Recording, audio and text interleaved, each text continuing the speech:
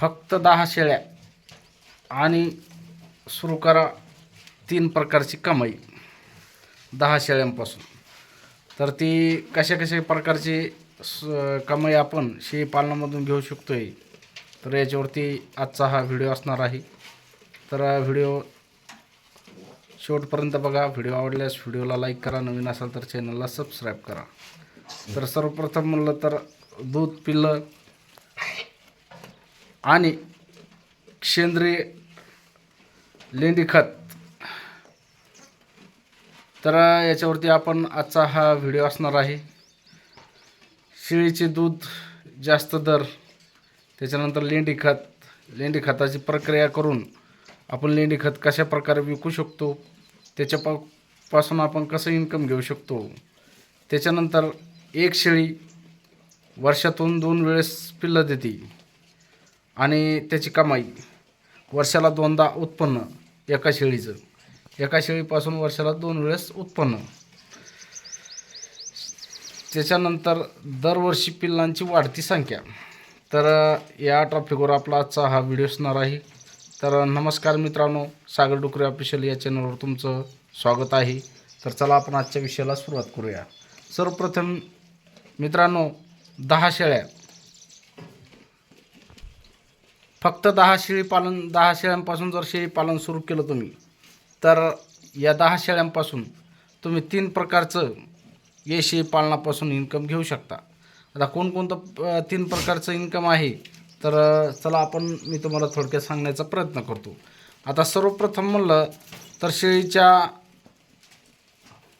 दुधापासनं किंवा सुरुवातीला शेळी जे पिल्लं देते त्या पिल्लांपासून आपल्याला एक शेळी वर्षात डबल उत्पन्न देते. आपल्याला सरासरी 5.5 महिन्यामध्ये एक शेळी वेते, वर्षात 2 वेळेस वेते.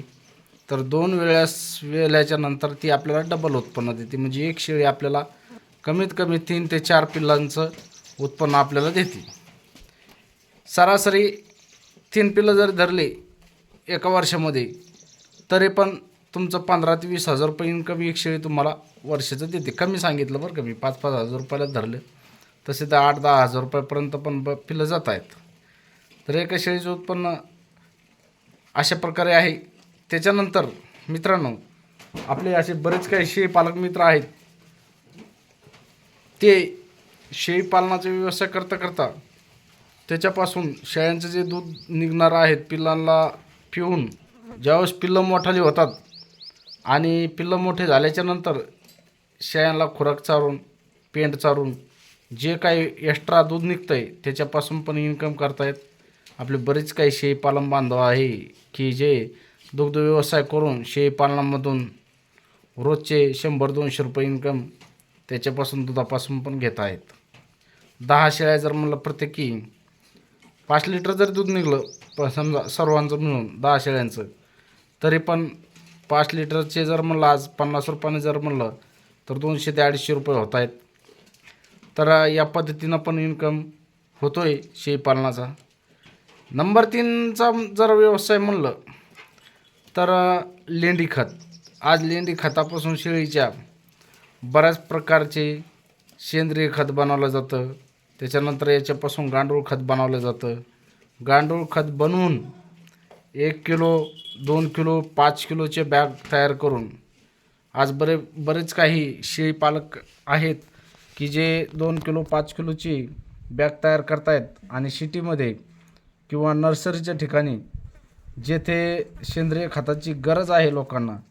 आज जर तुम्ही एखाद्या मोठ्या सिटीमध्ये जर गेले, जालना अशा सिटीमध्ये जर गेले, तर 1-1 किलोची जर बॅग नेली तर तुमची 1-1 किलोची बॅग ही प्रत्येकी जे मोठमोठाले असतात, समजा लोक असतात, तर हे VIP असतात, त्यांच्या घरासमोर झाडं लागवड केलेली असतात, काही कुंडीमध्ये लावलेले असतात झाडं. तर त्यांच्यासाठी ही सेंद्रिय खत खूप म्हणजे महत्त्वाचं असतं. आणि प्रत्येक सिटीमध्ये प्रत्येक व्यक्ती तुमच्याकडून 1-2, 5 किलोची बॅग अशी विकत घेऊ शकतो. याची पॅकिंग करून आपण चांगल्यापैकी याच्यामधून पण नफा घेऊ शकतो, चांगल्यापैकी इन्कम घेऊ शकतो. आज बरेच काही शेळी पालक आहेत की जे कालिका गोट फार्म आहे तुमच्या ऐकण्यात असेल मित्रांनो, त्यांचा लाखो लाखो रुपयाचा इन्कम शेळीच्या लेंडीपासून बनवलेल्या गांडूळ खतांचा इतका म्हणजे गांडूळ खत विकता येते, त्याच्यामधून लाखो रुपये इन्कम आहे त्यांना. त्यांच्याकडे जवळपास 200-250 शेळ्या आहेत, आता जास्त असतील बहुतेक, मी त्यांचे व्हिडिओ बघत असतो. तर मित्रांनो, त्यांचं रोजचं जर इन्कम म्हणलं तर लाखोनं आहे फक्त गांडूळ खताचं. म्हणजे शेळीच्या लेंडीपासून बनवलेलं गांडूळ खत हे म्हणजे शेणखतापेक्षा पण एक नंबर क्वालिटीचं आहे. आणि याला मार्केट जे आहेत कालिंका गोट फार्मवाले दादा, तर ह्या देशात न विकता विदेशामध्ये नेऊन त्यांचं लेंडी खतापासून बनवलेलं गांडूळ खत विकतायत आणि त्याचा चांगल्यापैकी इन्कम घेत आहेत. तर मित्रांनो, शेळी पालनामध्ये एकच पैसा नाही आहे आपल्याला, नुसतं पिल्लांकडून पैसा नाही. जर आपण व्यवस्थित त्याचं जर नियोजन केलं तर आपल्याला 3-4 प्रकारचा याच्यामधून इन्कम भेटू शकतो. सर्वप्रथम म्हणजे पिल्लांचे पण पैसे भेटू शकतात आपल्याला. सर्वप्रथम ते एक झालं. समजा विक्री करून आपण त्याच्यामध्ये चांगला इन्कम घेऊ शकतो. त्याच्यानंतर दुधाचा पण व्यवसाय करून आपण त्याच्यामधून पण चांगला व्यवसाय म्हणजे इन्कम घेऊ शकतो. आणि शेवटचं म्हणजे लेंडीपासून गांडूळ खत एक नंबर क्वालिटीला चालतं आहे. आज द्राक्षे बाग असो, मोसंबी बाग असो, या प्रत्येक शेतकऱ्याला शेणखतापेक्षा लेंडी खताची जास्त आवड आहे. एक वेळेस जर हे शेतामध्ये टाकलं लेंडी खत तर हे जवळपास 3 ते 4 वर्ष याचा पॉवर हा मालाला दाखवतो आहे. आज जर तुम्ही विचार करायला गेले तर रासायनिक खताचे भाव भरपूर वाढलेले आहेत. 2,000 रुपये बॅग प्रति खताची झालेली आहे. आणि त्याच्यामुळं प्रत्येकाचा कल हा आता लेंडी खत आणि शेणखताकडे वळणार आहे. त्याच्यामुळं हा पण व्यवसाय शेळी पालनामध्ये खूप तुम्ही शेणखत लेंडी खतापासून गांडूळ खत तयार करून पण चांगल्यापैकी विकून त्याचा पण पैसा करू शकता. किंवा नुसतं लेंडी जरी विकली तरी तुमची 3 ते 4 हजार रुपये ट्रॉली प्रमाणात लेंडी खत विकले जात आहे. म्हणजे त्याचा पण चांगल्यापैकी तुम्ही पैसा इन्कम सोर्स घेऊ शकता. त्याच्यामुळे शेळी पालन एक नंबर शेतकऱ्यासाठी खूप फायदेशीर आहे. कारण की याच्यात एक इन्कम नाही, याच्यामध्ये 3 इन्कम आपण शेळी पालनामधून घेऊ शकतो. त्याच्यामुळे शेळी पालन 10 शेळ्या जर घेतल्या तर तुमच्या 3 प्रकारचं इन्कम तुमचं आजच सुरू होतं आहे त्याच्यामधून. तर व्हिडिओ कसा वाटला कमेंटमध्ये नक्की सांगा. व्हिडिओ आवडल्यास व्हिडिओला लाईक करा, नवीन असाल तर चॅनलला सबस्क्राईब करा. भेटू अशाच नवीन व्हिडिओमध्ये. जय जवान, जय किसान, जय हिंद, जय महाराष्ट्र.